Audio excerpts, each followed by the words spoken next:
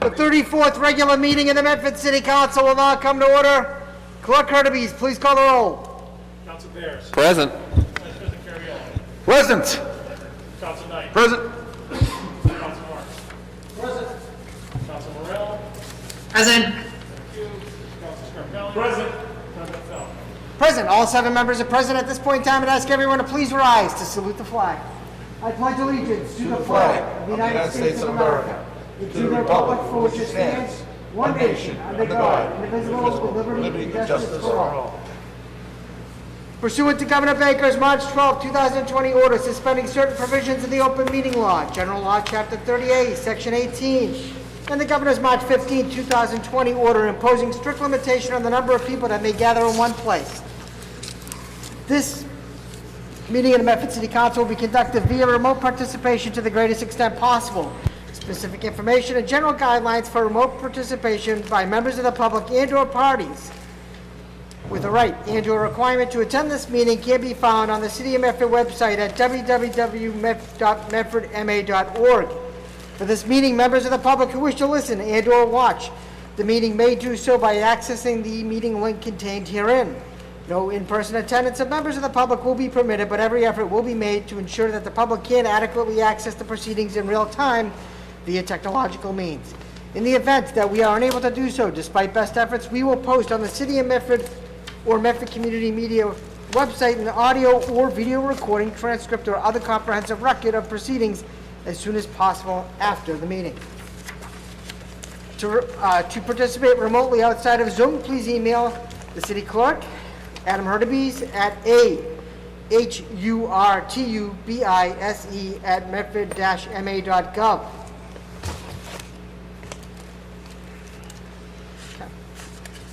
On the motion of Mr. President, Councilor Marks.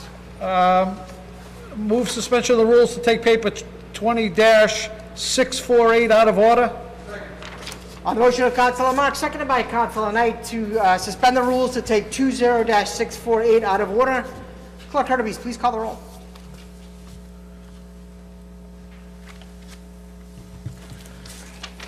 Council Bears. Yes. Vice President Carriello. Yes. Council Knight. Yes. Council Marks. Yes. Council Morell. Yes. Council Scarpelli. Yes. President Falco. Yes, 7 in the affirmative, 0 in the negative. The rules are suspended to take 20-648. That was offered by Councilor Marks, and this was to receive an update on municipal aggregation. Thank you, Councilor Marks. Thank you, Mr. President. I put this on the agenda, Mr. President. It's been some time now since this council has approved municipal aggregation. I've received a number of calls from residents that are pleased with the aggregation and other residents that are questioning why their bills are so high. So I thought it was only appropriate now that we revisit the program, see how the program is running, Mr. President, see if there's anything needed maybe to update residents of this community, or if there's anything we can do as a community to improve the program. So I believe we have Alicia Hunt on the phone. Yes, she is. On the Zoom. So at this time, Mr. President, I will yield to Alicia. Yes, we have Alicia out with us Yeah, I've made her a co-host. tonight. Alicia, you have been made a wants to share her co-host, and you should be able to share your screen, and we thank you for being with us tonight. Good evening. Thank you for asking for the presentation for the update this evening, and I am now sharing my screen and hitting send. Okay. So I believe that you're now seeing the presentation Yes. on your screen. So thank you very much for having us this evening and asking for this update. I have with me this evening Don O'Rourke, our consultant from Good Energy. He's on the line as well. And Jay Marbaga from Green Energy Consumer Alliance that provides the additional green energy for this aggregation in case there are questions that are better suited for one of them to answer. And I did ask John to help put the presentation together with these numbers. So when the program launched in December 2019, there were 19,500 accounts eligible. As you know, we did the opt-out letters, and on the launch, 14,600 were automatically enrolled, indicating about 25% chose to opt out of the program, before ever beginning. So that you're aware, you may have been hearing from people who are new to the community in particular about this in the last month.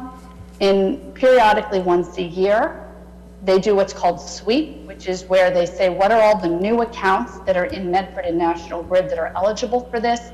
It can also be accounts that were on their own secondary suppliers that are now back on basic service. Those accounts, about 3,100 of them, got letters in October about the program.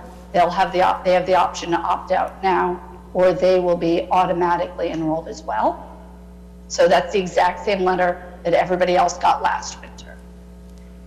Over the course of this, from month to month, people move in, they move out, they enroll, they choose to enroll. As you've heard, there are people who are choosing to enter, there are people who are choosing to opt out over the course of it. Over the course of the past 10 months, we've had a low of 12,400 people enrolled, households, and a high of 15,900 enrolled. We also have, that is with 5% extra renewable energy. People can opt down to the 0%. We've had between 85 and 100 at any given time at the 0% level, and they can opt up to 100% renewable energy, and we've had between 65 and 80 households enrolled in that. So the numbers, so our supplier is Dynegy. That's the name. It shows up as Dynegy Medford Ag on people's bills. That's this program. This is running through December 2022. Over the course of the program, from last December to now, on average per account, they have actually lost $4, not per month, over the entire 10 months. The current rate, our rate over the entire time, it never changes, is 11.507 cents per kilowatt hour. The current National Grid rate, that just started in November, is 12.388 cents. So if you were to ask for this presentation in April, I can guarantee that people will on average see a savings, because everybody enrolled in the program right now will be saving money between now and April. The rates will again change next April, and this graph basically shows that. The green line is the cost to everybody who is in the 100% renewable. The blue line is the people who are in our default program, the local green. The gray line is the cost to everybody enrolled in the basic service. And the yellow line shows the National Grid rate over each month. And so we are actually right about here in November. People have just started to get their November bills. If they're on basic service, the rate has gone back up to over 12 cents a kilowatt hour. And if they're on our service, their rate is staying steady at the 11 cents. So one of the reasons for doing this, besides price stability, was adding extra renewable energy into people's, into what we as a community are buying in Massachusetts. So far to date, Medford residents have account for 3,671,000 extra kilowatt hours. So it's 253 kilowatt hours per account, but it's 3,600 megawatts for the entire community for the course of the program so far. And to remind you, we buy renewable energy certificates. This is it's a New England local green. So everything, all the renewable energy bought through this is local. Aggregations typically start around 5%, as we did. And I will tell you that Brookline and Newton are outliers. Brookline started at 30% extra renewable energy and Newton at 46%. What we expect to contribute to the grid over the course of a year is the equivalent to 1,000 homes doing 100% renewable energy. This is where the renewable energy is coming from, and I can make these slides available if anybody wants to look at them more closely. The other thing that I thought was worthy of showing you was actually who's doing aggregation in Massachusetts and who's doing green aggregation. So on this slide, all the communities that are brown are doing municipal aggregation with no extra renewable energy. All the ones that are green of any shade are doing municipal aggregation with some amount of extra green. And you can see those very dark green colors here of communities that are doing a lot of extra renewable. We're down in here. And the ones that are in blue are actually communities that are in the process of starting up an aggregation, but it isn't complete yet. They're somewhere in the regulatory process, but they have not actually started their program. That is what I prepared for you this evening, and then John and Jema and I are here available to answer questions. Mr. President? Thank you for the presentation. Councilor Marks. Thank you, Mr. President. I want to thank Alicia for her presentation. That was very helpful. I would ask that, while this program goes forward, that we receive quarterly updates. I think that would be extremely helpful. Alicia, my question to you is, just so we're comparing apples with apples, I'm trying to compare someone that opted out of the program, that stayed on National Grid, compared to if they were to go onto the program for the same period of time with DiEnergy. And you're saying to me the average difference over a period of time is 4 cents? How was the jello? Sorry, that's not me unmuted. The average is $4. So the average resident over the course of the 10 months has not saved, I guess you would say, has paid $4 more than if they had not been on the program. Okay, so that's an Over average. the whole time. So that's an average. So naturally, there are some residents that paid less than $4, and some that paid more than $4. Do we know how much more than $4? So it would depend significantly on whether they've used a lot of their electricity during the summer, or whether they used their electricity in the fall or winter. If they used it in the fall or spring, like last spring before April, then they would have saved more. It's because, and you know what, maybe I should just show this graph again. If I think that this graph is the most helpful. Let's back up.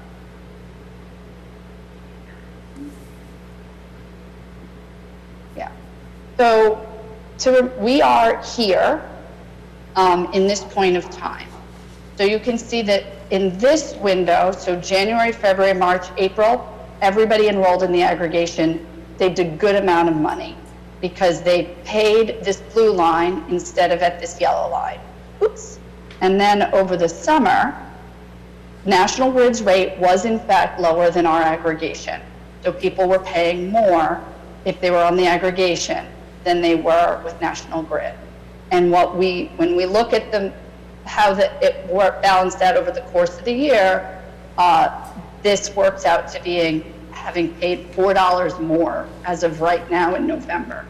Right now, we know going forward, they will pay less than if they're on National Grid.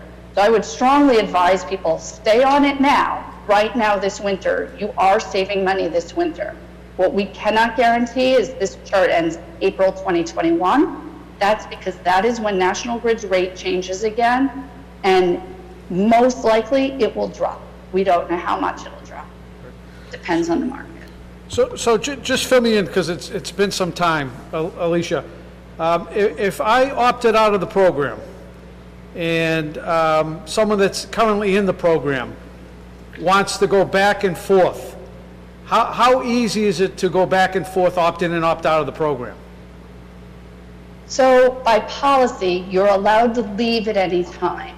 What you're not allowed to do by policy is to leave the program, come back in April, like stay in now, leave in April, come back in November, and to map it. Whether you would get kicked out of the program, they're not monitoring accounts that closely. However, if there was suddenly 50% of Medford's accounts dropped in November, or dropped in April, and then tried to re-enroll in November, the company would contact us and say, we think you're in violation of your contract terms. Because it would imply that we were coaching people to leave and to come back in, and to basically do that churn. If an individual did it, nobody is going to be monitoring it that closely to find that. So people could leave. They can choose to leave at any time. In theory, they would be able to re-enroll, but I can't guarantee that Dynegy would not just block their account saying, you can't just come and go when the rates are most appealing to you. Right. So from what you're telling me, that was going to be my other question. As a community, we're not allowed to advise our residents, as you just stated. You said, geez, if everyone's in the program now, I would ask you to stay in the program because the contractors' rates are going to be far better than National Grid's rates. So what you did was just advise people to stay in.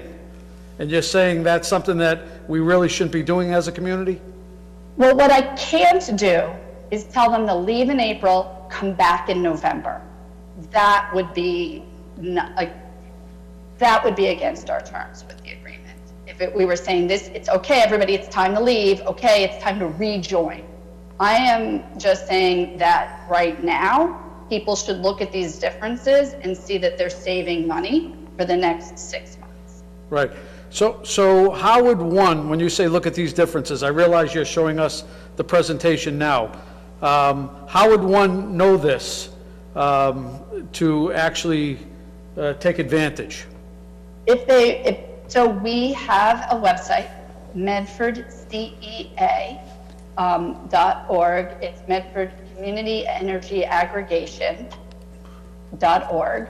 And on it, on the main page, we actually post National Grid's rate at any given time. So they don't have to go hunting for it. They can go to our site, and it is linked off of the city's energy and environment site, the municipal aggregation page. Right, but do we provide a chart similar to this? No, we just say, here's what the National Grid rate is right now. Right. So if you had gone to that page over the summer, it would have told you that National Grid's rate was lower than our rate.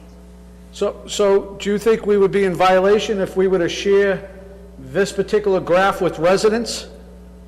I think this is fine, because this is also speaking to what has happened in the past. Right. And the reason why I say it is, and the reason why I think it's important to give quarterly updates, is that we have consultants that are working on this, and why not be able to benefit from their knowledge to spread that out to the community to allow them to make an informed decision whether they want to come and go from a program. And I can appreciate the fact that our numbers are based on enrollment, right? Because if the numbers drop too low, we're probably not going to get the same rate, correct? So our rate is locked in until December 2022. That will not change even if people should leave the aggregation. Right. It would cause us trouble if we then tried to in December of when we were getting ready for that time to get a new contract, and we had people leaving and joining. We might have a very hard time getting a new contract, getting a new rate, a favorable rate. Right. So for the time being, I didn't know we were locked in until 2022, and it doesn't matter, enrollment doesn't matter for that period of time, which is great news for us, because there's no bottom line on that. My question again is, why aren't we promoting this as a program to show when the best time to get on and off the program is? And you're saying we can't do that legally? I might ask John O'Rourke, who is our advisor from Good Energy, to actually speak to the contract terms. He also works with a lot of different communities, so he can tell us. So why don't I have him actually answer that, and I will stop sharing the John. Thank you, Alicia, and thank you, councilors, for allowing us to come before you tonight. Certainly, what we try to do in these programs is to get maximum participation and to have people stay in the program for the whole term. everyone in the program is free to get out of the program whenever they want without the penalty or termination fee. They can come back into the program. If the supplier sees that people are coming back and forth, gaming the system, so to speak, they have a choice of not allowing them to come back in if that happens too much. But essentially, we don't find that happens. We find that once people get into the program, they want to stay in the program. And in the Medford aggregation, the most important point of this aggregation is the fact that the residents have put an extra 3.6 million kilowatt hours of renewable energy into the grid for a total of $4 each, which comes out to a little more than a penny a day. So essentially, what they're doing for the environment for a penny a day is absolutely outstanding. So when you say that number, how does that compare to prior to aggregation? Because anyone could have opted for green options prior to aggregation, correct? I didn't quite question, Counselor. So you mentioned 3.6 million, correct? That's correct. And that's with, you said additional 3.6 million with aggregation. Prior to aggregation, where were we as a community? Do we know those numbers? Well, essentially, before aggregation, everybody was on the basic service of National Grid. Certainly, this 3.6 million is additional during that 10-month period starting in January of this year and ending in October. So that is a substantial amount of extra renewable energy. And I think that Jema, do you want to chime in here? Well, just if I could. So prior to municipal aggregation, I'm under the impression that people were allowed to get additional green energy if they opted to. So before municipal energy came into aggregation, came into the community, there were people buying green energy. Is that not correct? Yes, people have a choice to go out on their own and to buy green energy. And we don't know what that figure Not was. going to get this volume of green energy without an aggregation. Okay, and we don't know what that figure was then in our community. That's why we're asking JAMA, because most people would have done it through Green Energy Consumer Alliance, formerly known as Mass Energy Consumer Alliance. So we were just asking her if she actually knew how many Medford residents were enrolled with them before the aggregation, or what their annual green energy buy was. Yeah, so hello, good evening. I'm Gemma from Green Energy Consumers Alliance. So before the aggregation program started, we had about, I believe it was 120 members in Medford who were doing 100% green with the program. So again, that's 100% green. We have the options for 25% or 100%. So for those, you can tell that now with the aggregation, now there's less. There's about 75 people that have decided to be in the 100% option. So they both have an additional charge for the bills. So through Green Energy Consumers Alliance, right now the charge is going to be 3.2 cents per kilowatt hour. For the city of Medford, the aggregation contract works that we look at the term of the contract and we see what the market is doing. And so with for the whole community for Medford, you're actually at 3.3 cents per kilowatt hour, which is a little bit higher because you're buying larger volume when the market is much higher. Right now, if you go into the open market, you're going to have to be paying about 4.2 cents per kilowatt hour. So you're still getting a discount compared to the market. Right. So, Mr. President, I'd like to make a motion at this point that the city interact with our ratepayers and our city provide, information relative to, like we see in the chart tonight, relative to where the market is and where the rates are over a given span of time, so people are allowed to make informed decisions, Mr. President. So I would ask that that be part of the website and part of any type of outreach. I have yet to see any outreach since December 2019. It's not to say it hasn't happened, but I have yet to see any outreach letting the community know where we stand with municipal aggregation. This was a very large endeavor when we instituted this, and you know, I find it ironic that you know, you need a buy-in into the program, right? They're saying, well, look how many of these people signed up for the program, but you know, this was an you had to opt out of the program, so everyone was automatically opt into the program. So if it wasn't for the legislation that allowed for that, Mr. President, the numbers may not be this large. So I think the program started off with, you know, the ability to have everyone automatically enrolled, and then those that wanted to get out of it, which is a little different than the way I would personally handle it. But that's how the state legislature decided to implement this program.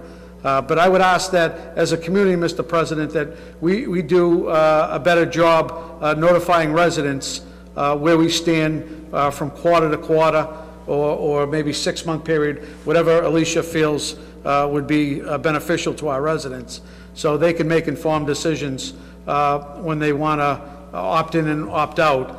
And the other point, Mr. President, is if when this contract does end in 2022, that maybe they can put an ending period where they stop providing that information, maybe 3 or 6 months prior to the end of the contract, because you don't want the volatility. I can see that with people coming in and out of it towards the end of the contract. So I would offer that in the form of a motion, Mr. President. It doesn't seem to me that that would be a violation of the contract, just updating our residents and alerting them when the best time to be on municipal aggregation in the interest of their pocketbook. Also, Mr. President, if I could, the residents that I heard from, I didn't see any of their bills, but some of the information I was receiving was not $4 for the course of their bills. It was far more than that they were paying. And I didn't do a real deep dive into it, but some of them were hundreds of dollars that they feel that they were paying more with this new municipal aggregation compared to last year.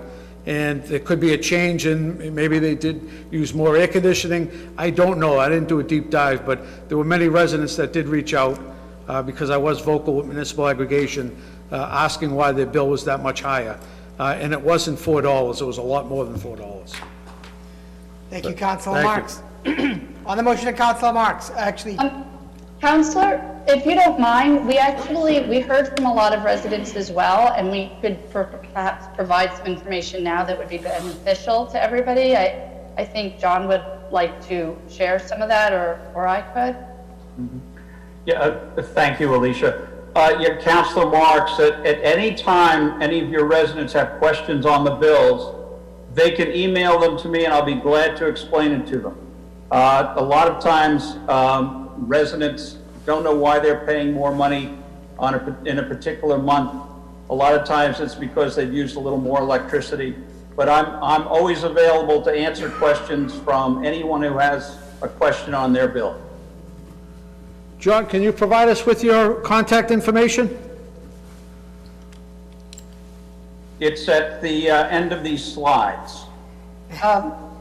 I could put it in the chat for now. I will tell you that also my office received a number of inquiries, and we've also asked residents to send us their slides, or their bills, and we are also able to look at them and give them advice on their energy bills and just help them understand. A lot of people honestly didn't really realize how much of a difference being home all summer would make to their energy bills, and as an aside, their water bills, which we've actually counseled a number of people on, that their usage in both electricity and water has gone up dramatically this summer compared to previous years.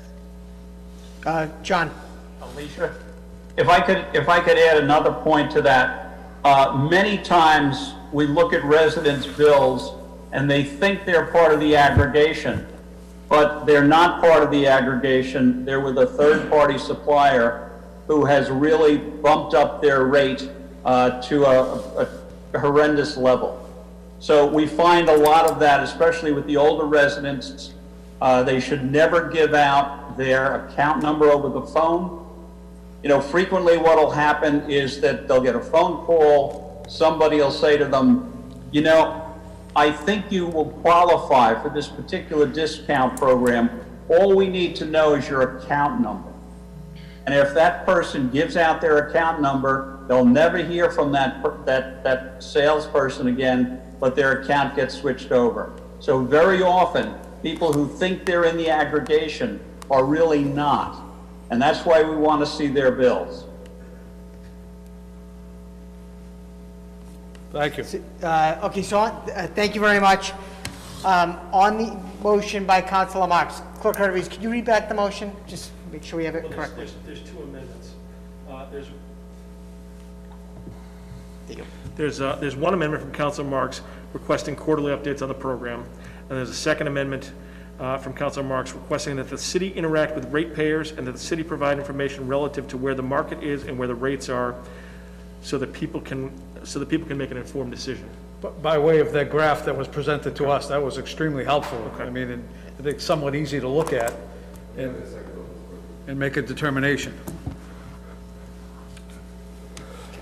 And actually, Alicia, would it be possible to forward a copy of that presentation to the council? I'm happy to. Thank you very much. I'll do that after. Okay, so we have a number of councilors that have questions about this. Councilor Marks, you're all set? I am all set, thank you. Okay, thank you very much. The clerk has your amendments. Let's see, up next we have Councilor Bears and Councilor Scarpelli, then Councilor Morell. Councilor Bears. Thank you, Mr. President. Thank you to our presenters as well. To me, I think this shows the success of the program. I think the first thing it shows is that most people just pay their electric bill, and in this sense, we are getting a significant benefit of renewable energy for, obviously it's an average, but for an average of a pretty low cost of $4 over 10 months. You know, even with this added level of cost of $4, we're getting an environmental benefit that, you know, if you multiplied the kilowatt hours by the environmental cost of fossil fuels, I think we'd find that number to be very high compared to $4. I'm also impressed, if you looked at that chart, the initial national grid rate for this, you know, the first 4 months of this period was almost as much as what residents would get under the 100% renewable rate that is offered by the city through the aggregation program. So I think that bodes well for the future and the future of renewable energy. My one question is, would it be possible, and obviously I know we're under contract till 2022, but looking at a future contract, would it be possible to add an additional renewable energy rate, such as like 25% renewable or 50% renewable? And did you explore that for this contract? And that's directed at Alicia. So that is possible. It's possible to change the 5% renewable to another number. A lot of communities have increased that to 10% as a base number in their second round. It is possible to add another tier into the program. We thought about it very, very seriously, but we were concerned about it being confusing and how confusing the program would be. So for the first round in this community, we tried to make the options as straightforward as possible. I appreciate that, and I think, you know, that's a good point here too. We're offering more choices than we've offered before and offering options to residents, you know, to make those informed decisions. But I do want to just note from the data you presented, most people are going with the default. And that was true before when the rates were jumping around every few months, and that's true now with the more consistent aggregation. And I think what we can do collectively, as this shows, is more powerful than what any of us can do individually. So I hope that we can continue to support this program and make it even more successful in the future. Thank you, Mr. President. Thank you, Councilor Bears. Councilor Scarpelli. Thank you, Mr. President. And Alicia, and thank you very much for all your hard work. I don't know how you run two city major departments and still have a time to do anything else, so I appreciate that. What I do have is, I know that one of the questions I had were the people that were opting, they were already purchasing their own kilowatts. And we can see the benefits with what the impact is, you know, through our community, how important it is. But I think that, is there a way that we can educate those people, like Mr. O'Rourke said, that a lot of these people that I've talked to, I've asked them to look at their bill, and I think that they might have purchased Zoom Energy, for instance, and their year expired, and then it goes back up to National Grid's kilowatt price. So I think that's what, is there a possible way just to put something on our site to also educate the people that have purchased their own kilowatts through a third party? That's one thing. And the second thing is there an option, or how is the process? Is it, if you are purchasing your electricity from a third party, or you negotiated yourself, and that contract, what you're seeing as I'm talking to some people, is that they're forgetting that it's expiring. Could that automatically be picked up by the energy aggregation process, or is there a time in between that, like sort of a grace period? Thank you very much. So people who were on a secondary supplier, as you mentioned, and they expire off of it, they do get the term is called swept once a year. So the 3,100 residents who are getting letters right now about the aggregation and the opt-out, that includes anybody who came off of a secondary supplier and went back to the National Grid default rate. Okay, so, and I think Mr. O'Rourke made a good point. I think that educating all of the people in our community, and I think that might help us land more people that were purchasing their own kilowatt energy, that, you know, this is, they're then, you know, added on to National Grid's energy.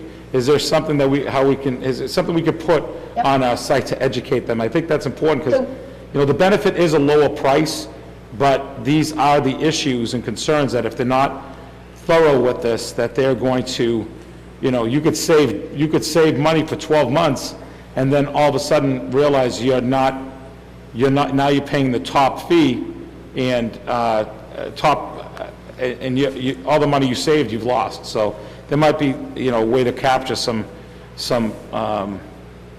support with that, with residents that are opting out. Right, and we do try to do outreach periodically through different mechanisms, basically warning people about what John explained a few minutes ago, about the people who call, who knock on your door, who ask to see your electric rates. I tend to monitor the social media sites, Nextdoor and Facebook, for people talking about things like this, provide information. From time to time, we've put articles in the paper. I have to admit that off the top of my head, I cannot tell you if we've done one of those in the last 10 months. I've done a lot of outreach in the last 10 months, but I couldn't tell you if during the pandemic we did outreach around electricity suppliers and scams, although I think that we did. What we did do is outreach about, quote, Medford runs on green energy. We attempted to do a local and green business walkthrough in place of our regular energy festival. Green Energy Consumer Alliance partners with us on that festival every year, and they partnered with us this year to do some outreach around the aggregation. It was more subtle than that. The outreach was learn about the aggregation, and they did a webinar. The webinar we then had replayed on Medford Cable Network, and we had yard signs put out about Medford runs on green energy and directed people to a website so they could learn more. And what they learned about was the Medford aggregation that was aimed towards letting people know about this opportunity to opt up to 100% green energy.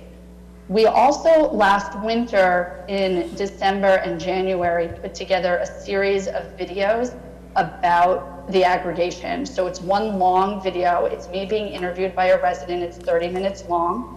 And then there are a series of couple of minute clips about the aggregation. All of that's available on the Medford Cable TV site.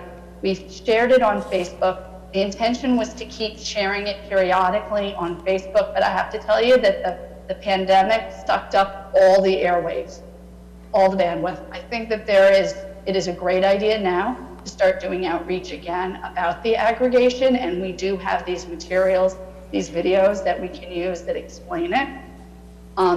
They explain all the different aspects of it. That would be really great material to be getting out there. But it really wasn't a priority for us in terms of outreach. I just have to say that over the course of this past summer. Thank you. But yes, but thank you, and we'll Thank get you. some more material out there. Thank you, Councilor Scarpelli. Councilor Morell. Thank you, Mr. President. Yeah, and if I could through the chair, just want to say thank you to Alicia, Jama, and John. This is really helpful to get an update and see the impact that this is making. Councilor Bears took the question I was going to ask about the percentages. So I just want to confirm that those percentages can only be set at the time of when the contract is set. They can't be adjusted at any other time. That is correct. And also, I misspoke on the URL. It's medfordcea.com. So it's the, and I will Counselor, put that in the chat. if I could take that question. Essentially, we can go all the way to bid day, when we go out to bid, to make a decision on that percentage, so it can happen right at bid day. That's the way we put the flexible language in our contracts, we're enabled to do it that way.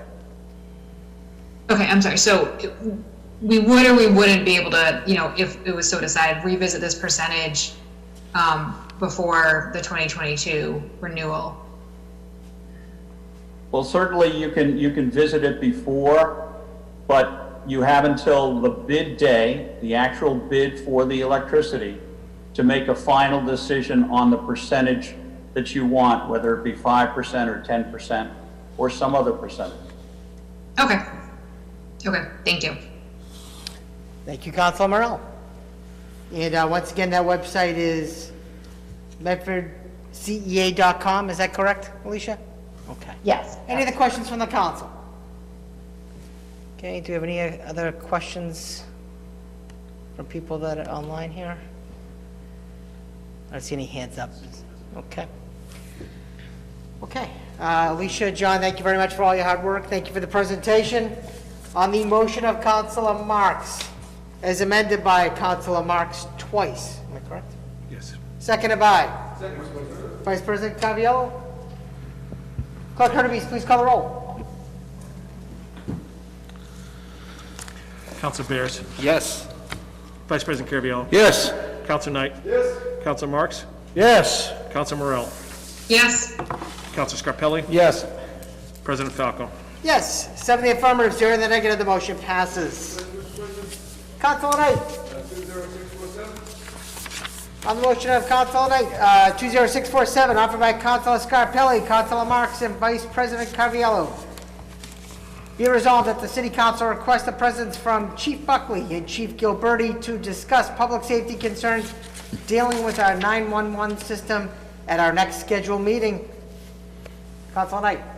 Mr. President, I believe it's safety sponsored, so I just wanted to take off the table, but I was a friend sponsorship. Thank you, Councilor Scarpelli. Would you like to speak on this? Yes, I'll start off. I know Councilor that- Scarpelli. Yes, thank you. Thank you, Mr. President. Again, this is a concern that was brought to my attention. Unfortunately, there was an email that was sent by the administration explaining some concerns that we have. I just want basically what it is having the chief of police and chief of fire to come explain to the council that there are some 911 concerns, and if it's something that's really putting our community in serious jeopardy and some serious concerns, I think that we need to hear it from them directly to make sure that we know what's going on, because I talked, as well as my council, I think we talked to hundreds of people, and I haven't, this is the first time I've heard that there's been a concern. So I think that just having them give us a brief update in what they're seeing as a serious concern to our community. I find, like I said, I find it disturbing that the council's finding this out now, that there's something, because if something's going on, and we're finding out about it now and not being apprised of it, I think it's bothersome. Thank you. Thank you, Councilor Scarpelli. Councilor Marks. Thank you, Mr. President. I want to thank my colleagues for putting this on. As Councilor Scarpelli mentioned, November 19th, this Medford City Council received an email from the mayor outlining her concern regarding the council tabling her paper, which was a $740,000 supplemental to this year's budget, which added several positions and some other odd items, Mr. President, within this year's budget. The council did have some questions regarding some of the positions. We asked for job descriptions, and we also asked that we address an issue that, a longstanding issue this council has been talking about regarding hiring of the election coordinator position to assist in the clerk's office with running these very important elections. Since then, Mr. President, we received this email on November 19th because the paper was tabled, and the mayor within the paper mentioned that this 911 position for supervisor is an emergency. And as my colleague, Councilor Scarpelli mentioned, that actually raised my eyebrows, Mr. President, because I have yet to hear anything about an emergency taking place at our 911 center. The mayor went on to state that she met just recently with the dispatchers, members of the fire and police departments, and both chiefs of the police and fire, as well as Lieutenant Rudolph, who we heard make a presentation a couple weeks back regarding, I guess he is the oversight now of the dispatchers.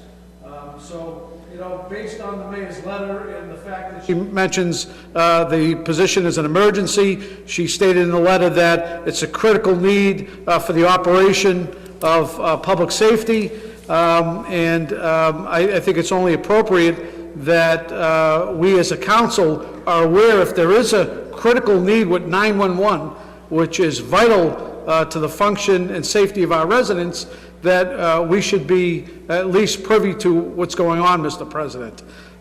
It also mentioned that the mayor is bringing in someone to assist with the development of a unified training manual, rules, policies, procedures, and chain of command protocol.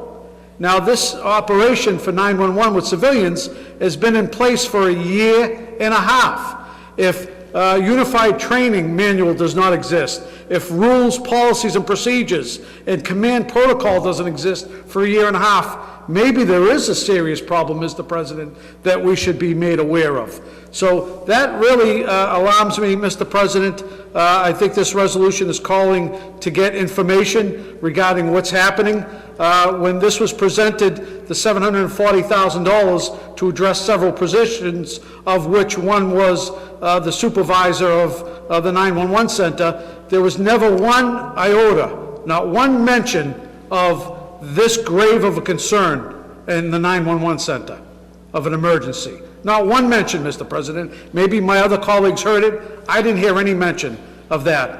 I also had a conversation, Mr. President. I picked up the phone. I reached out to the union representative for the dispatchers, Officer Harold McGilvery. He's also the union representative for the Patrolmen's Association. And I asked him point blank, are you aware of any emergency that's taking place right now for public safety within 911?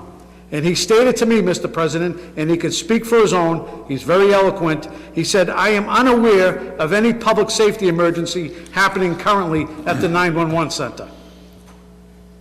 So that flies in the face with the November 19th email we received, unless that email is nothing but a scare tactic to get us to vote for a paper that, in my opinion, was flawed, Mr. President, and it didn't address some of the concerns that we as a council had.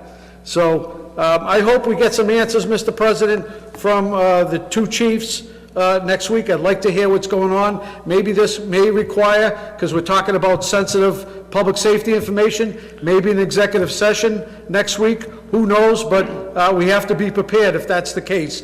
because I refuse to sit here and hear once again that we can't discuss concerns of public safety like we did, a month ago regarding a breach of information from city and school employees where private information was taken, Mr. President, and that we couldn't discuss it as a council. We couldn't go into executive session, we couldn't find out anything about this information, and I'm not going to sit around and sit back, Mr. President, when I'm hearing from the mayor that there's an emergency within 911 call center. Thank you. Thank you, Councilor Marks. Vice President Carviallo. Thank you, Mr. President. I had the opportunity to speak with Chief Gilberti on this also, along with Officer McGivney, and I didn't get the sense of any emergency happening either. So if there is an emergency, I agree with Councilor Marks. By all means, I mean, we should know immediately there's an emergency happened, not say, if there was an emergency, if it was such a big emergency, I don't know why we're not dealing with it tonight and waiting another week if it's so grave. So listen, that's the reason that this is out there, and I support my other councilors on this. Thank you, Vice President Carviallo. Councilor Beers. Thank you, Mr. President. Thank you to my colleagues for bringing this forward. I think it's disappointing that we're having gamesmanship played right now around this issue. I really do. We all support this position. I don't think that's in question here. I think we all support most everything that's in the paper that was presented to us a couple weeks ago. I don't think that's the issue. We also all support having the elections coordinator and the position that we need to make sure that we have functional elections, and especially in this new environment with mail voting and early voting and all the other things that are happening with elections. It just takes more. We need it, and that's been made clear. In addition to what we're talking about with the 911 dispatcher, we also got a paper out of the blue that says that this could affect our taxation for the next year and affect our bottom line for the budget. I mean, the easiest way to address this is for a paper to come back next week that has the elections coordinator, has the 911 supervisor, and gets all of this approved and appropriated before December, this apparent deadline that we've heard from the administration, according to the finance director. It just doesn't make sense to me to sit on this. I think we're all in agreement on 98% of this. Some of it's a little give and take, I got some comments, I think, when I was elected and before I was elected, that we're going to need to compromise and have unity and integrity, and we're not just going to be able to stick our, feet in the ground and not get stuff done. This is an easy one for everyone, and it baffles me, Mr. President. It baffles me why we're not moving forward on something that we basically agree on, and now we're hearing at the last hour, it's an emergency, it's, going to affect our taxes for years. I wish I'd known that 6 months ago. I wish I'd known that a month ago. I wish I'd known that 2 weeks ago. Again, it just baffles me. Thank you, Mr. President. Thank you, Councilor Beers. Councilor Knight. Yes, Mr. President. I just asked that Lieutenant Rudolph be invited to the meeting as well. I thought he did a great job when it came down to explaining the need for the position. He talked a lot about cost savings measures in terms of internal training and the like. I thought his presentation was great. I thought his presentation was far better than the emails that I've received over the course of the week since that presentation closed, Mr. President. This is a position I support. I think it's a position we all support, and I'm a firm believer that, there's a couple ways we can go about this. We can go about carving this piece right out, if that's the case. If it's such a public safety emergency, they can carve this piece out of the paper that's before us and on the table and present it to us separately, individually. When we think about the paper that's before us for $740,000, and you look at it, $200,000 of those dollars is money for a facilities operations account, and $300,000 of those dollars that to fund union contracts. So that's more than 3/4 of the paper that are made up of funds that aren't funding positions, but funding things, Mr. President. Not people, but things. So with that being said, I certainly understand the need to get this done before we set the tax rate, and I certainly feel as though there is room for compromise. I think that the Chief of Staff made a decent attempt at it, but without the buy-in from his boss, it was very difficult for him to commit to it.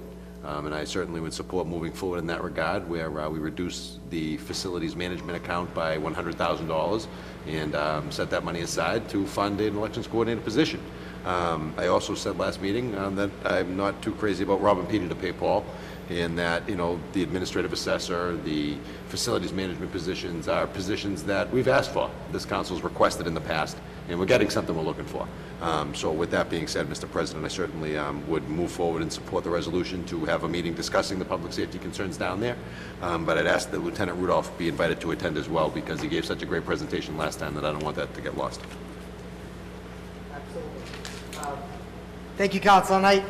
Sue, if I may, to the councilors that offered the resolution, do you want a committee the whole meeting, or do you want, at the regular meeting, do you want them to appear? Regularly? Okay. that's fine. Again, regular meeting, but, and I could appreciate Officer Rudolph, but I think it's imperative that our leaders, our chiefs are here Yes. on Zoom. I think it's important that, you know, we you know, if there is contradictory, we need to hear from, you know, the leaders of two of the most important departments in our community. Thank you. Thank you, Councilor Scarpelli. Councilor Bears? And I would appreciate that update. I personally would prefer next week that we resolve this. I'm not opposed to getting the update, but I think that, you know, next week we should have a paper on this agenda that would allow us to resolve this to the satisfaction of all parties involved. Thank you. Thank you, Councilor Bears. The clerk has a question for Councilor Knight. Council Knight, your request to invite Lieutenant Rudolph, is that an amendment to the paper? Well, the paper says to invite the two chiefs of police, and I'd like to add him, so that making that request. So add that as an amendment. So I'll add it as an amendment. Thank you.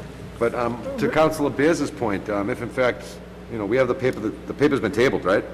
That's correct. You are correct.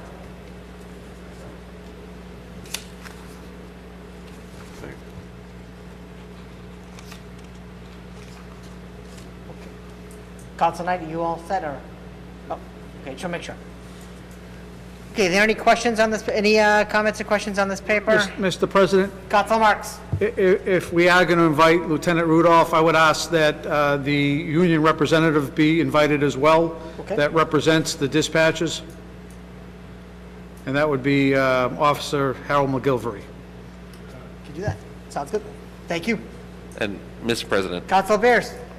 my point, I know that's something, you know, we have the paper currently tabled on this agenda. My understanding is we can't amend the proposal from the mayor, so the mayor would have to submit a new paper reflecting the You are correct. the agreements, or at least hopeful agreements of all parties involved. Thank you. Thank you, Councilor Bears. On the motion of Councilor Scarpelli, Councilor Marks, and Vice President Carviello, as amended by Councilor Knight and seconded by Second. Councilor Bears. Clerk Hurtubise, please call the roll. Further amended by myself, Mr. Oh, President. I apologize. That's all right. Further amended by Councilor Marks.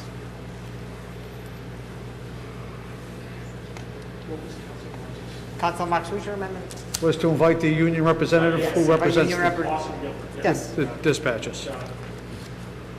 On that motion, Clerk Hurtubise, please call the roll. Councilor Bears? Yes. Vice President Carviello? Yes. Councilor Knight? Yes. Councilor Marks? Yes. Councilor Morell? Yes. Councilor Scarpelli? Yes. President Falco? Yes, 7 in the affirmative, 0 in the negative, the motion passes. On the motion of Vice President Carviello to revert back to the regular order of business, Second. seconded by Councilor Scarpelli, Clerk Hurtubise, please call the roll. Hang on just a second.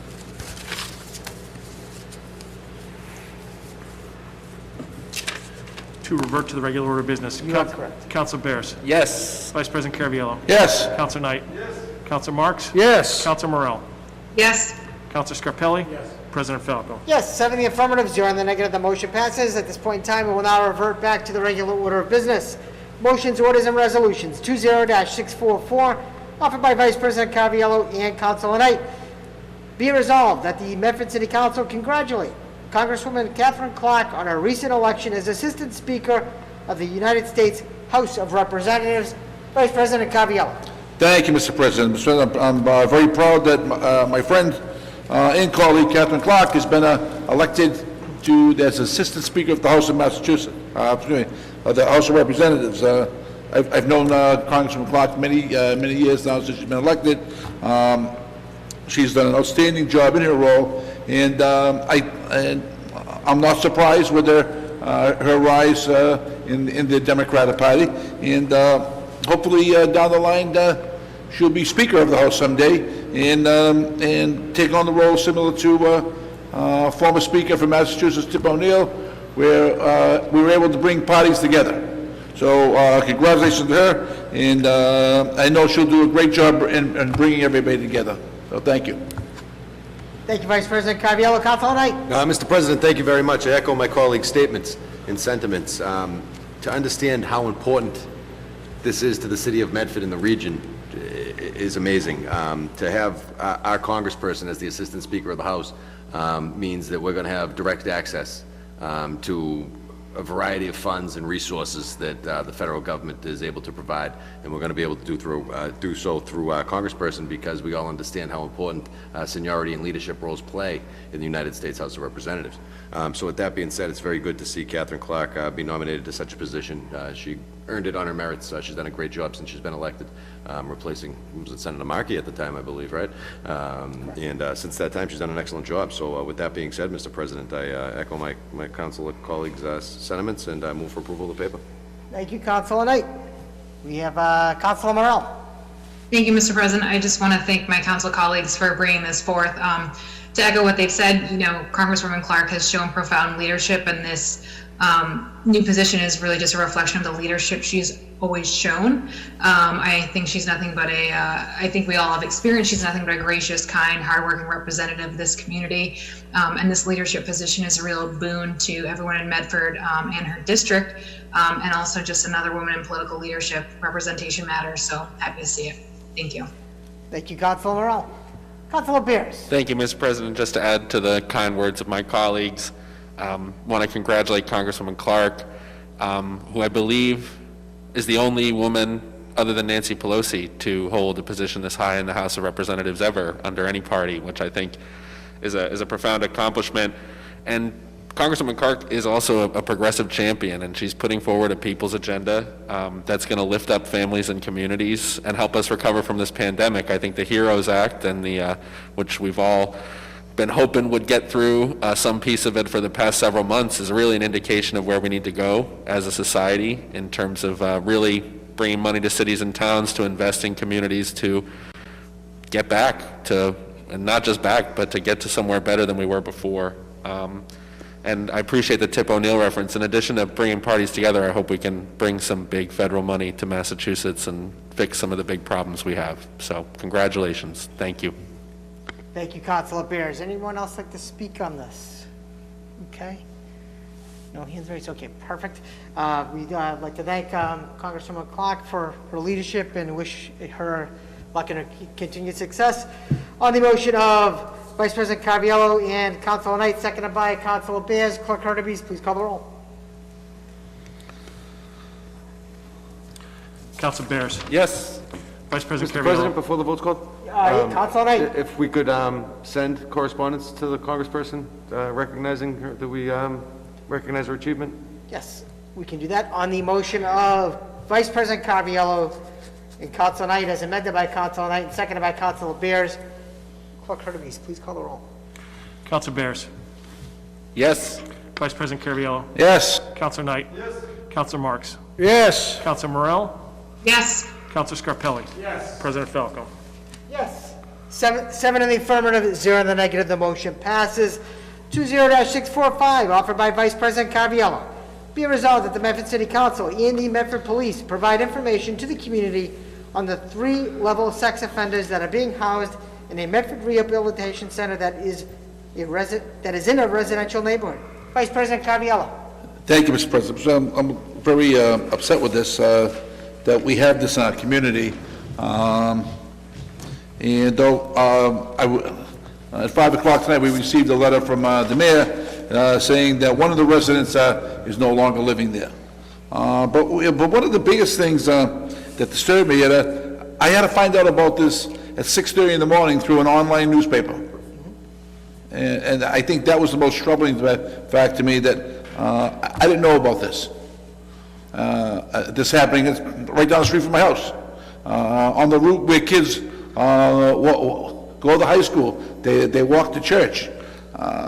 It's it's just amazing how this happened, and nobody knew about it. My question is, does this facility have some type of contract with the Commonwealth of Massachusetts to put sex offenders in this building in such a neighborhood where there's, it's also a nursing home and rehab? I mean, how would you like to be, going there, visiting your mother or father and with your children, and knowing this is the element that's in there?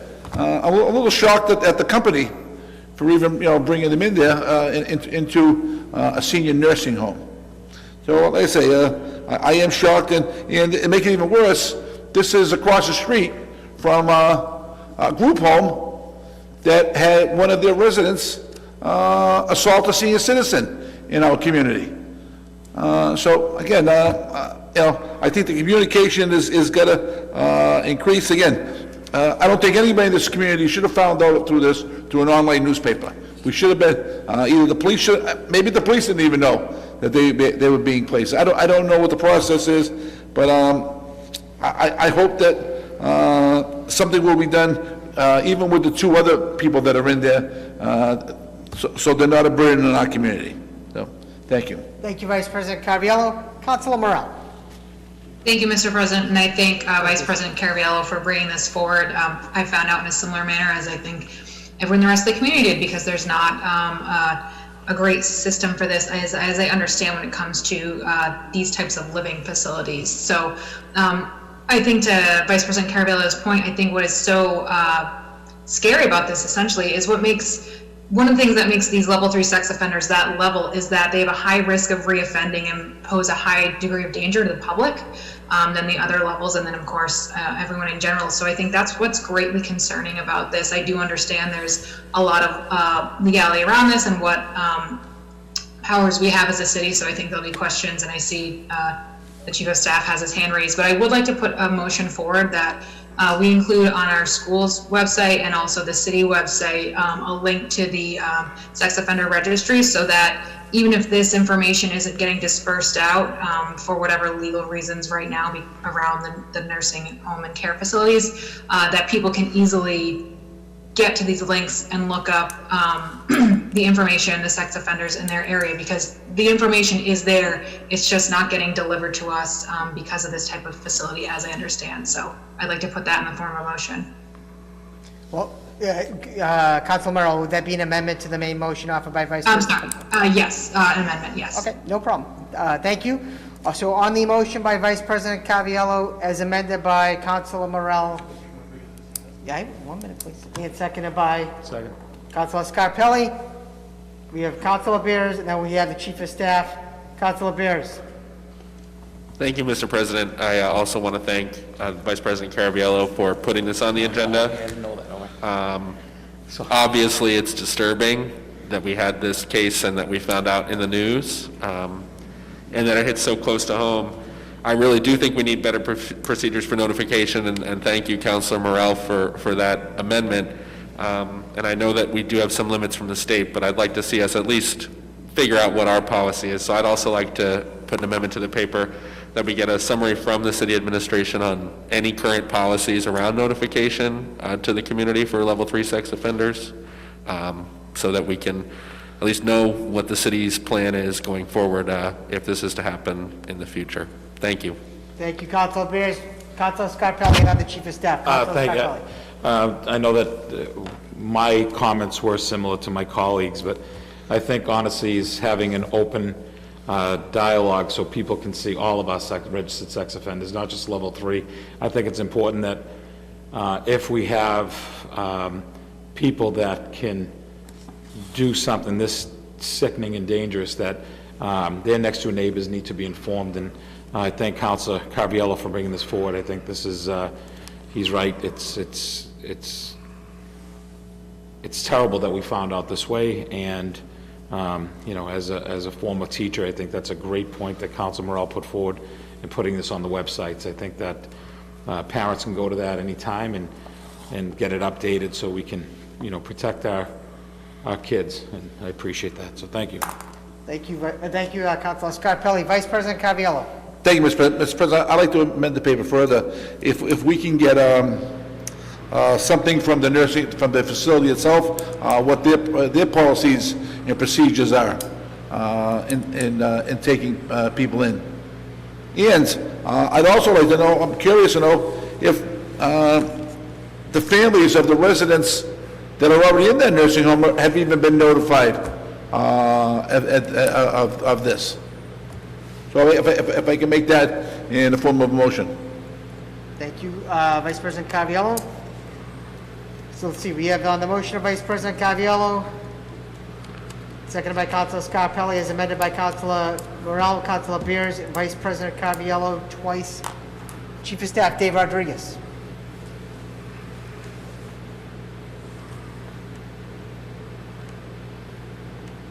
I can't unmute him.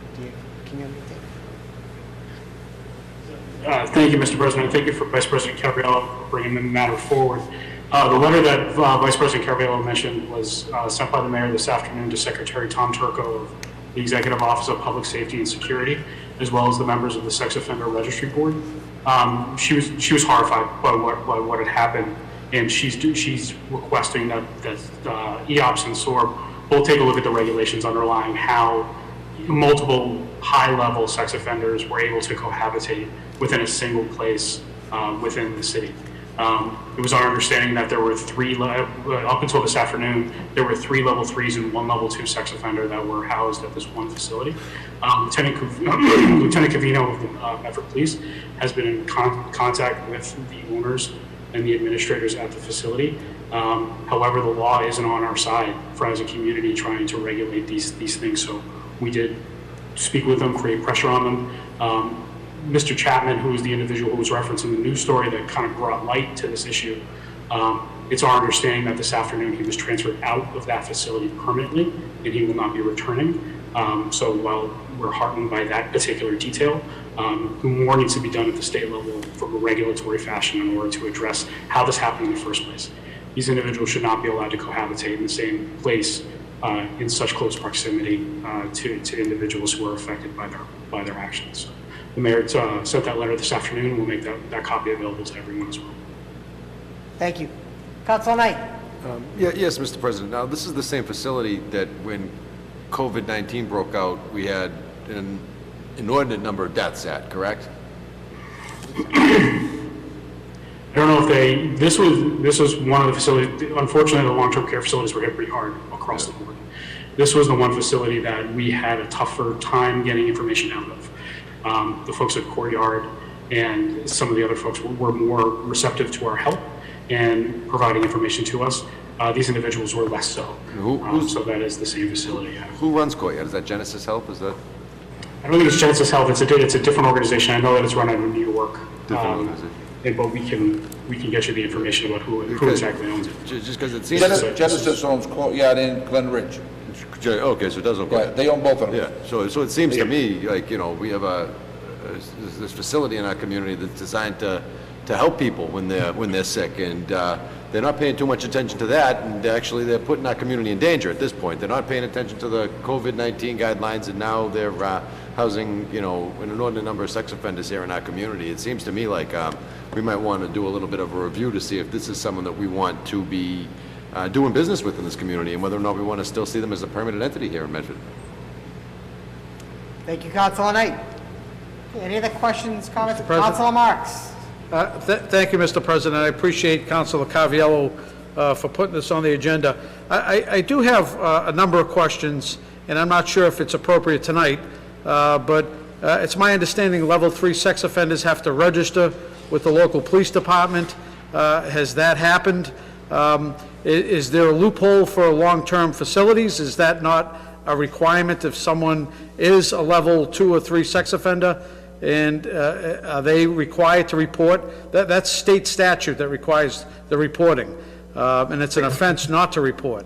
So I was just wondering if that took place or if there's a loophole within the statute that doesn't require it for these type of facilities. While I understand that there is a statute in place that's 100% correct, Lieutenant Covino and the rest of the PD have been dealing with the sex offender issues, so I'll defer to them on more of the details. I do know that there's historically been a delay in reporting. So as sex offenders report to SORG, report to the cities, there's a bit of a lag in those things. And especially with transient populations like this, it can be hard to keep up with. So it's a bit tough, but I'll defer to the folks, especially Lieutenant Covino, who's been working really hard on this, to provide some more details on the nuances of that process. But I do know there are delays in place. Right, so if that's the case, Mr. President, as was stated earlier, that the state statute also requires that these level sex offenders not only report, but be a certain distance away from schools and churches and parks and a number of items, Mr. President. I don't have it in front of me, but I know it spells out a number of items. And who is the responsibility to oversee that? Is it our police department to make sure that, because you can go on the website and see where level 2 and level 3 sex offenders are within your community currently.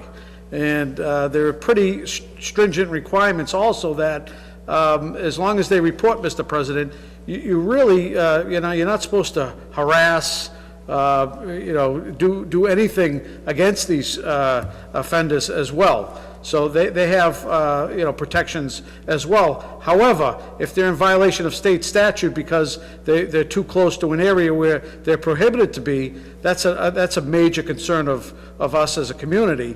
And I think one that, as Mr. Rodriguez, the Chief of Staff, mentioned, if there is a lag, we got to figure out why is there a lag and so forth. I put on the agenda a while back, and I'm hoping we have a committee of the whole. I know we've had a lot, Mr. President. But I asked for a public safety summit regarding the incident that Councilor Carviello mentioned about a senior citizen in this community that was assaulted by someone from a group home within the city of Medford. And it turned out actually to be better than expected because of this senior's ability to get out of the home and find safety.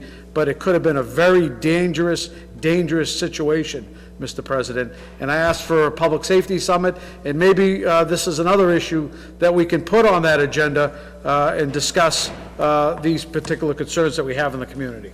Thank you, Councilor Marks. Thank you. Okay, any of the councils, any more questions, comments from the council? Okay, seeing and hearing none, I believe we have a couple of people that have their hands up. Let's see, does anyone want to speak that is on the call? Does anyone have their hand up? I don't see any hands up on the... Melanie, did you want to speak? Okay. I can't unmute. Yes, I'm unmuted. Thank you. Thank you. Name and address for the record, please. Melanie McLaughlin, Alston Street, Medford, Mass. Thank you for the opportunity to speak. I want to thank Councilor Caraviello and Councilor Morell and Bears and Scarpelli for bringing this matter forward.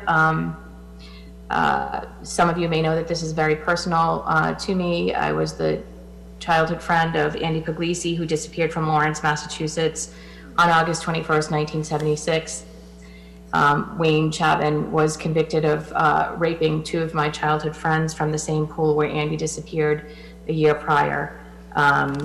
Chapman was arrested just 10 days after Andy vanished and was identified by several people as being at the pool the day that Andy disappeared.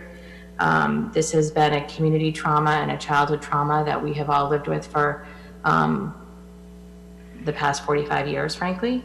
It was shocking to learn that this individual, who I had been frankly researching and know far too much about for the past 20 years, had actually, been moved into a facility less than a quarter of a mile away from my home. Sometimes life is stranger than fiction. I really appreciate the chief and other folks who reached out and acted quickly, the mayor for the letter that she wrote to the Executive Office of Public Safety, and to Tom Turco, who also has been involved in this story for a long time. Mass State Police have known this story for a long time. It goes way back. And this was and is a very dangerous person that was in our nursing home around the corner. And as you have said, there are 2 other level 3s and 1 other level 2 that are placed in this facility.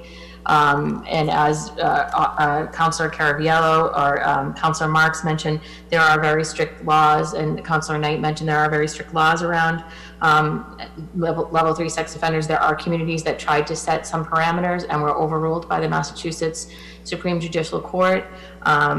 One of the things that I would really encourage is for community members to let their local police know if they see violations of level 3s, but indeed you have to know who the level 3s are and level 2s are, for that matter, to be able to report anything to the police. So it's very important that folks do go onto the sex offender registry and look at who in the community is a level, is a registered sex offender. To be a registered sex offender, you do have to be among the most dangerous, ruled by the Department of Corrections and by community members. So these are the most dangerous and the most likely to reoffend.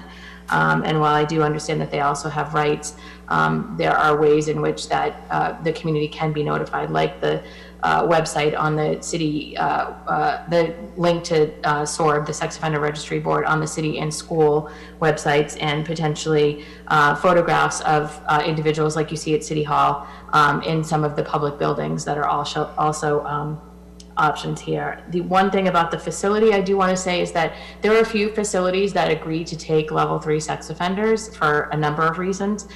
So when they do find facilities that are willing to take them, they're often lumped together in that scenario, so that you do have clusters of individuals. And so I think it's very valid to ask, who the ownership of this facility is and what their requirements are around, level 3 and level 2 sex offenders in the facility. So again, I would appreciate that. And I also just want to say, from, a sentiment, if I can be sentimental, how much I appreciate, excuse me, the community standing up in this matter.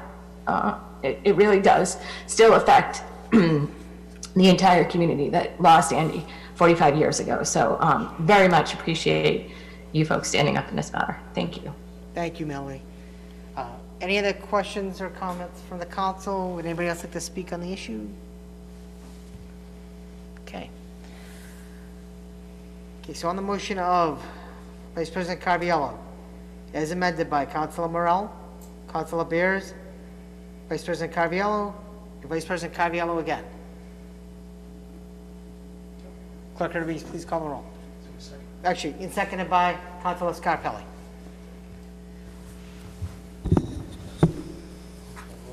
Yes, please. Councilor Bears. Yes. Vice President Caraviello. Yes. Councilor Knight. Yes. Councilor Marks. Yes. Councilor Morell. Yes. Councilor Scarpelli. Yes. President Falco. Yes, 7 in the affirmative, 0 in the negative. The motion passes. 20-646, offered by Councilor Morell. Be it resolved that the Medford City Council receive an update from the administration on progress on initiatives laid out in the city's social justice roadmap, including but not limited to review of police policies, the Medford Snap Gap study, and the proposed ongoing community conversations on racism. Councilor Morell. Thank you, Mr. President. I want to thank the mayor and her whole team for their work on pulling together and highlighting what Medford's done already in regards to much needed work on social justice, as well as plans for real change within the city to begin to address a long history of systemic racism, which is not unique to Medford, but unique in the fact that this has been acknowledged by both the mayor and this very body. So this roadmap lays out a number of goals, and I just think it would be beneficial for the council and, of course, the residents of Medford to get an update on some of the progress towards the goals outlined in the report. I do want to note that shortly after submitting this item, I did get in the mail an update on that Snap Gap study, which is a reference, and I just want to highlight something from that. So this was completed by the Medford Food Security Task Force.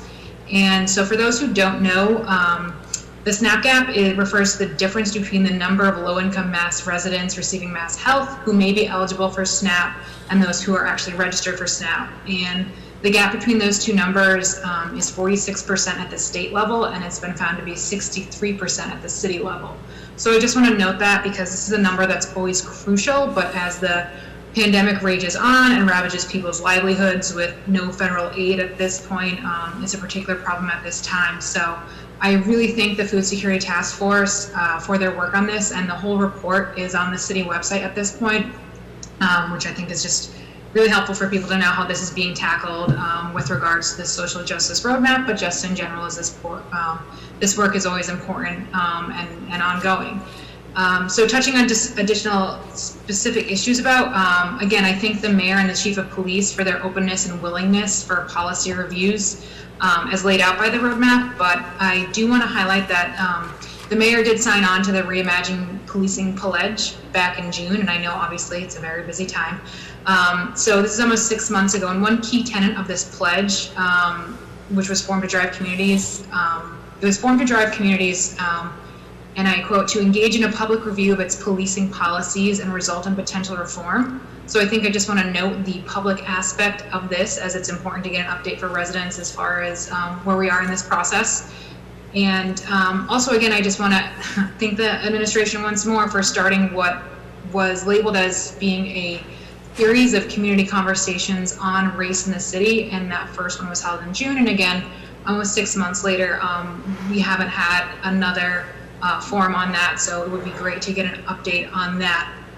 And again, I do acutely understand the challenges of a lot of this work as the pandemic continues on, but racism continues on within the pandemic, really, as BIPOC individuals overall have anywhere from a 1.1 to a 2.8 times higher rate of COVID cases.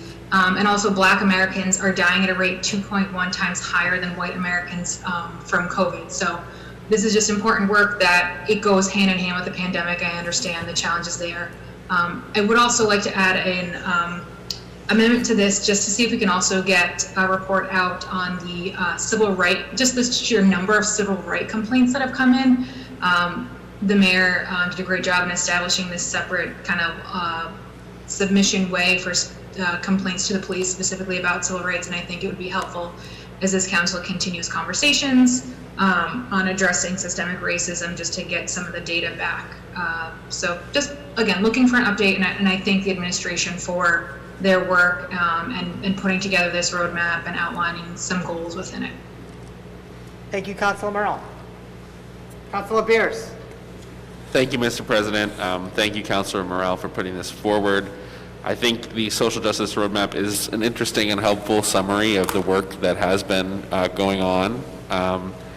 And I think it puts us ahead of a lot of communities, which I think is a good thing, that we are really taking a citywide and city government-wide look at the issues of racism and discrimination and civil rights and social justice. But I agree with Councilor Morrell. I do think an understanding of how the roadmap will be updated for transparency's sake, for follow-through, for the public process that a lot of these items will require is going to be really helpful for everyone in the city. And I also, I think I make this point a lot, but between this item and some of the other things we've discussed tonight, I think it really shows how deeply under-resourced we are as a community, and I know I've been harping on this and will continue to do so, but we do not have enough to do the basics, never mind everything that we need to do. And I continue and will continue to push all of us to think about ways that we can increase the resources for our city government here in Medford. It's long overdue. I think we've been in crisis for a long time. I've felt that way ever since I was a kid living in this community.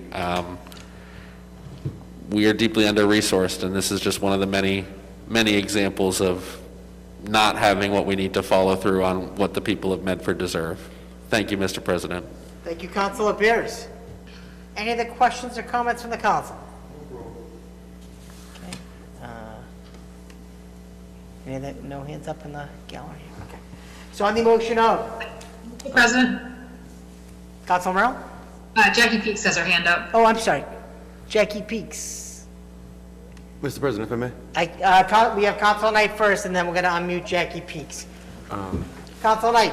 It's also often that this council requests updates from the administration, and the updates from the administration come in the form of someone appearing before the council, which is all well and good. I don't think any of us have a problem with that.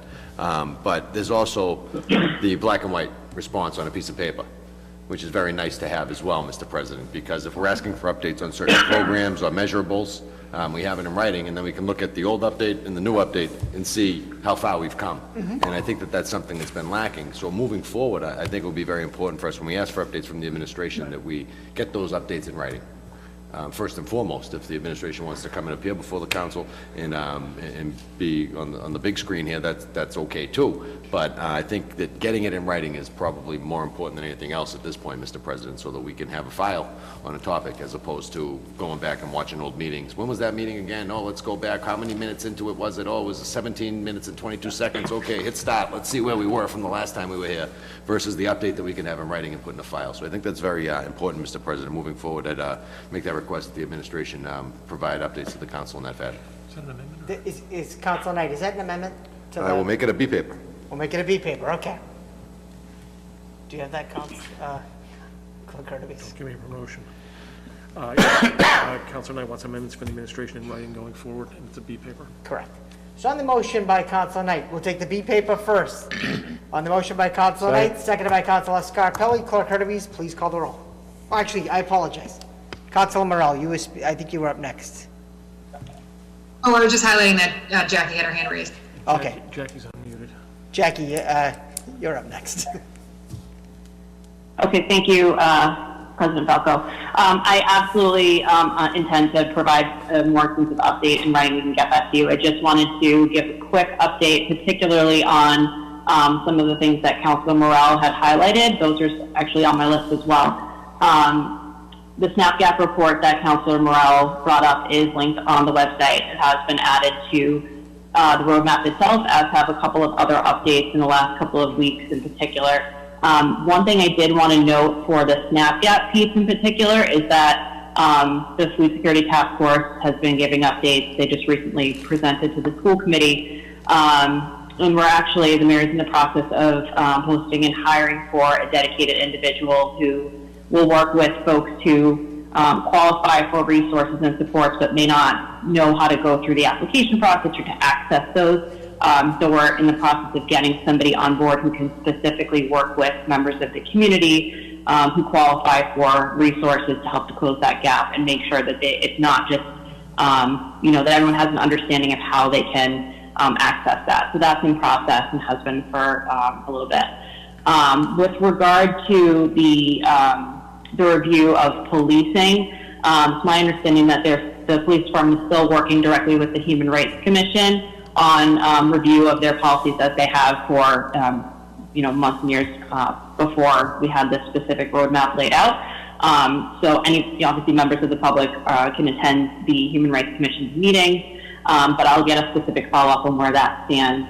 I did want to just quickly highlight another update that's in the report, is that the police department did just submit, I think last month, a pretty significant application to help support phase 1 of body cameras. Don't have any word yet on whether we've received that application, that award, but that we're moving forward on that as well. And then with the community conversations, we definitely have meetings in the works. One of the things that we're working on specifically is with relation to the MVP grant that the Office of Community Development and the Board of Health and other folks internally as well as external partners are working on. And the action steps that were identified out of that report really focused on the need for expanded resources and communications with persons who speak languages other than English. So what we're doing is they're in the process of hiring some community liaisons in other languages, and we're going to be working through that and working with those community liaisons to actually have a series of smaller meetings in other languages to really get people established with us to move forward on some of these larger goals and really bring people in a targeted way. So we had a meeting late last week, so we hope to have some information on that very soon, but it is moving forward and we can report out on that more specifically. And then there are, a number of other things, and I will make sure that we get them out to you in writing, but I wanted to just touch on the points that Councilor Morell highlighted specifically. Thank you. Thank you, Jackie. Councilor Knight. Thank you, Jackie. Thank you, Jackie. You're welcome. Okay, on the B paper offered by Councilor Knight, and seconded by Councilor Scarpelli. On that motion, Clerk Hurtubise, please call the roll. Councilor Bears. Yes. Vice President Caraviallo. Yes. Councilor Knight. Yes. Councilor Marks. Oh, I thought the mic. Yes. Councilor Morel. Yes. Councilor Scarpelli. Yes. President Falco. Yes, 7 in the affirmative, 0 in the negative, the motion passes. On the May paper offered by Councilor Morel, as amended by Councilor Morel. And seconded by Councilor Scarpelli. Clerk Hurtubise, please call the roll.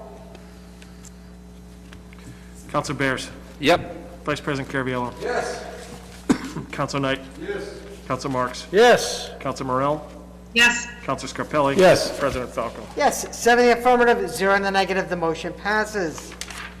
Reports of committees 20-576 on November 17th, 2020, the Transportation Subcommittee met. Councilor Scarpelli, would you like to tell us a little about that meeting on the 17th of November, since you are the chairperson? I will, Mr. President, thank you. Thank you. President is Councilor Marks and Councilor Morel. It was a deep conversation in the understanding of the process of the DOT moving forward with an aggressive plan for resolution for the Main Street, South Street intersection, as it was named one of the top 200 most dangerous intersections in the state of Massachusetts. We learned the process that we're seeing, that the first phase of collecting data and moving through that to its completion, which is hopefully a light system, you're looking between 3 to 5 years.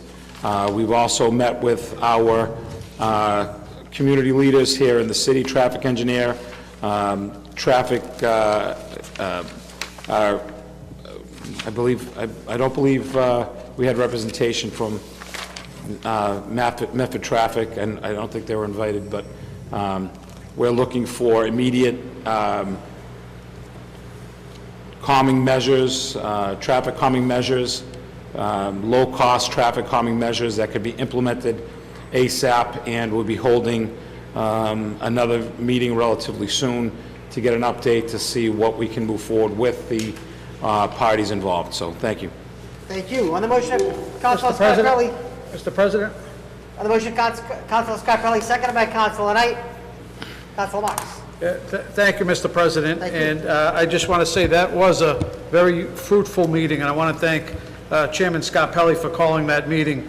After all these years, Mr. President, of this council, barking about the dangerousness of that particular intersection, we have a lot of them around the community, but that one in particular, South and Main, Mr. President, it was very pleasing to hear from the project manager from DOT, Mike Trepanier, who, from what I hear, is a very capable person, and when he's in charge of something, it gets done.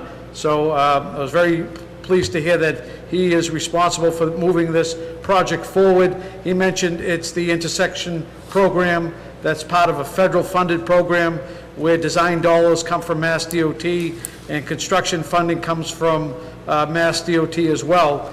And as Councilor Scarpelli mentioned, they're looking at a 3 to 5 year potential program. And we asked on multiple occasions, the 3 committee members, that we were looking for some immediate resolve to some of the concerns that have been mentioned by this council regarding raised crosswalks, additional signage, a traffic light at that particular intersection, some low-lying fruit for temporary public safety concern. And from what we heard from the city the traffic engineer, that there's been some discussion over the last 8 to 10 months regarding some of those minor improvements, temporary improvements. So I'm very pleased to hear that as well. One thing I did find interesting is over the years, we've always been told that the intersection of Main and South was under state control. And when the gentleman from DOT mentioned that this is kind of outside their boundary, I questioned him and said, what do you mean this is your road? And come to find out, someone from the state made an additional call to District 4, and District 4 said there's some cross-sectional lines in that particular location, so it's not clear-cut that it's state versus city, and I think some of that, according to my conversation with the traffic engineer, I think still needs to be ironed out. But I was very pleased to hear that DOT is going to look at this as a total approach. They're not looking at that intersection, as they mentioned, all along. They're looking at from Salem Street all the way down to High Street, going towards Main Street. And the signalization, the whole length, which makes sense, Mr. President. And I also want to thank our city clerk. If you want to read the minutes that were put out by the city clerk, it's really like you attended the meeting. It's amazing, Mr. Very President. detailed. Extremely detailed, and it's extremely, the reason why I bring it up is not to give accolades to the city clerk. These are the records that will go by, the minutes, someday when, in a year from now, when they say, we didn't say this or that, we're going to have it in writing, Mr. President, the commitments that were made during that particular meeting. And I think it's going to go a long way. So I want to thank Chairman Scarpelli, Councilor Morell that was on the call that asked a number of good questions, and the city clerk, Mr. President, for his detailed notes on the meeting. Thank you, Councilor Marks. Clerk Hurtubise. Can I address President. Councilor Marks for just a second? One more. I appreciate your kind words, thank you. I'm trying to reflect the work that the committee did. You know, it has to be accurate, but, you know, 3 things. 1, former Highway Division Chief of Staff. 2, former Chief of Staff. And 3, transportation geek, so. Well, we got three in a row. Thanks. Good job. Thank you, Clerk Hurtubise. Councilor 3 for 1. It would, I apologize, it's remiss to leave these names. I think our state delegates being present at these meetings are very, very important and vital. And I know Representative Donato, again, stepped up, shared his input, and also assured us that he is leading the way with these initiatives. So I just appreciate his leadership, and we are very lucky in this community to have a leader like Representative Donato moving forward with this initiative. So thank you. Thank you, Councilor Scarpelli. So on the motion of Councilor Scarpelli, seconded by Councilor Knight, this is on the committee report. Clerk Hurtubise, please call the roll. Councilor Bears. Yes. Vice President Caraviallo. Yes. Councilor Knight. Yes. Councilor Marks. Yes. Councilor Morell. Yes. Councilor Scarpelli. Yes. President Falco. Yes, 7 in the affirmative, 0 in the negative. The motion passes. 20-568, November 18th, 2020. We had a committee of the whole report. The purpose of the meeting was to discuss the City of Medford's existing ordinance with the zoning consultant, Mark Bobrowski. This is, I think, maybe our 3rd or 4th meeting. And this meeting was basically, we talked about the use table and the current use table that we have here in the city, and we compared it to, he compared it a lot to use tables in Haverhill and Revere, which are similar sized cities. On the motion of Council Knight for approval, seconded by Second. Council Scarpelli. Clerk Hurtubise, please call the roll.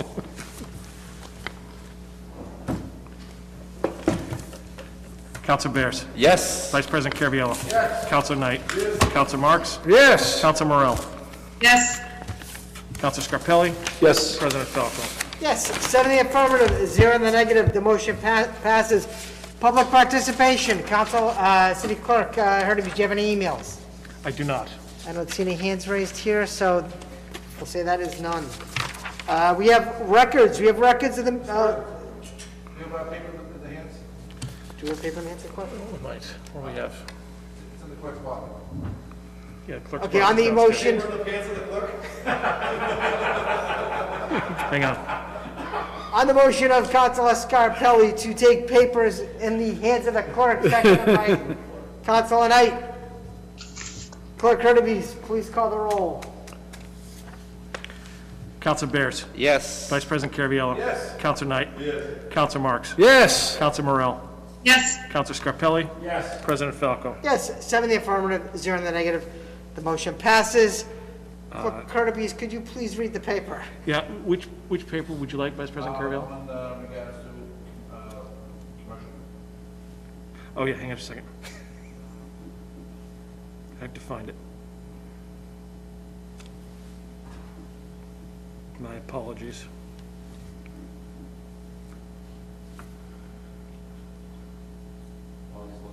I got it. I got it. Do you want me to read it out, Mr. President? Yes, please, do so. All right. 20649. 20649. Okay, let's see. 20649, offered under suspension by Vice President Caraviallo. Be it resolved that the Medford City Council have the Medford Police notify LA Trucking of Everett to find suitable parking arrangements for their tractor trailers. They are currently parking 5 tractor trailers on Commercial Street. Thank you, Mr. President. Vice President Caraviallo. Mr. President, the reason I brought this up, it was something we talked about a few weeks ago, but LA Trucking out of Everett is now parking 5 tractor trailers there. And these are big trailers that are pretty much taking up the whole street. And the reason I bring it up this week is a local business from Medford lost their lot to park their truck, and they decided to park it on Commercial Street over the weekends. Well, lo and behold, when they came out on Monday, to pick up their truck on Monday, 17 tires were cut. No, again, not saying that these guys did it, but again, the gentleman parked in the spot that they normally park in, and somebody cut all his tires. Costing the person about $7,000 in truck tires. Again, this is not a parking lot for the city of Everett and businesses in Everett. There was only one truck there that was parked overnight with a Florida plate, but all the other trucks are all Everett trucks. So again, it's time that the police get them out of there. Go back to where you're from. Don't say bad enough. We have the overnight guys that park there, but again, you're parking 5 trucks there. Time for them to go, Mr. President. Thank you, Vice President Caraviallo. We have Councilor Knight. And if you could send that to the police chief also. On the motion of Vice President Caraviallo, seconded by Councilor Knight, Clerk Kirby, please call the roll. Council Bears. Yes. Vice President Caraviallo. Yes. Council Knight. Yes. Council Marks. Yes. Council Morell. Yes. Council Scarpelli. President Falco. Yes, 7 in the affirmative, 0 in the negative, the motion passes. Is there another? That's it. That's it, no more papers. Records, the records of the meeting of November 17, 2020 were passed to Councilor Morell. Councilor Morell, how did you find those records? I found them to be in order and move approval. Okay, on the motion of Councilor Morell to approve those records, seconded by Councilor Knight, Clerk Kirby, please call the roll. Council Bears. Yes. Vice President Caraviallo. Yes. Council Knight. Yes. Council Marks. Yes. Council Morell. Yes. Council Scarpelli. Yes. President Falco. Yes, 7 in the affirmative, 0 in the negative, the motion passes. Before we adjourn the meeting tonight, on behalf of the Medford City Council, I'd like to wish everyone a very happy and healthy Thanksgiving. And at this point, I recognize Vice President Caraviallo. Thank you, Mr. President. This is not I thank you for the happy Thanksgiving to the community, but, Mr. President, would it be possible to have the administration have the cleaning crew come in here and clean this room? I mean, it looks like it hasn't been vacuumed in months. The trash can is quite full back Trash there. can is full, there's papers over there, papers over there. I mean, City Council chambers is starting to look like a storeroom. Yes. But if we could at least have somebody come in and vacuum the floor, and empty the barrels, would be greatly appreciated. We will see what Thank we can you. do on that. I wouldn't mind, but I believe there's a contract cleaner that cleans the building, right? I'll speak with Mr. Rodriguez. Someone's always in there. I'll speak with Mr. Rodriguez. Thank you. Councilor Marks. Thank you, Vice President Caraviallo. Councilor Marks. Mr. President, and two, the one thing you can count on this time of year, right around the holidays, especially Thanksgiving, is the generosity in the community. And one person that stands out, and I don't want to put him on the spot, but Councilor Caraviallo, every year, Mr. President, this isn't a Johnny-come-lately. He's been doing this for years and years and years, and he's the first to stand out there and help local families, Mr. President, those that may not even ask for help. He is the first to get out there and dedicate himself, Mr. President, and put up his own, Mr. President, his own resources on many occasions. And I just want to personally thank him on behalf of the many people in this community. Absolutely. Thank you, Councilor Marks. Again, it's something I've been doing since the day I got elected. I made a commitment to do it, and I do it every year. I do it at Thanksgiving, I do it at Christmas. I help out with the veterans. For many years, I was doing the veterans out of my own pocket until Don Marcelino stepped in and started getting donations from the veterans group. But I say I've done St. Ray's, St. Francis, and many other churches, and and just general people who reach out to me and need some help. I'm glad to help. And again, I would hope that that other members of the community and council maybe do it. Christmas time is coming up. If you want to adopt a family, let me know. I'll get you a family to adopt. But there's always families in need in this community, more need than you think. But I say the holidays are coming up, Christmas. Take some time. Not a lot of money to buy a bag of food for a family at the holiday time. So everyone gets to enjoy the holidays. So thank you, Councilor Marks. Thank you, Vice President Thank you. Caraviallo, for your commitment to the community. Thank you. We're all set, right? Yep. Okay, on the motion of Councilor Knight to adjourn the meeting, seconded by Councilor Scarpelli. Clerk Hurtubise, please call the roll. Council Bears. Yes. Vice President Caraviallo. Council Knight. Yes. Council Marks. Yes. Council Morel. Yes. Council Scarpelli. President Falco. Yes, 7 in the affirmative, 0 in the negative. The motion passes. The meeting is adjourned. Thank you. Good night. Happy Thanksgiving. Be well and be healthy.